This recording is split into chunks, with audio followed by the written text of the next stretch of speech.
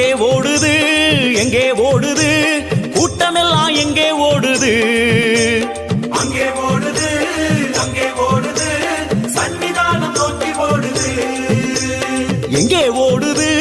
எங்கே போகுது சுவாமிமார்கள் எல்லாம் எங்கே போகுது ஹரிஹர சுதனின் தரிசனம் காண சபரிமலை நோக்கி ஓடுது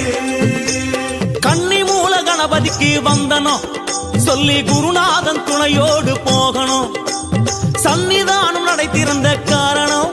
சுவாமிமார்கள் எல்லாம் அவனை பார்க்க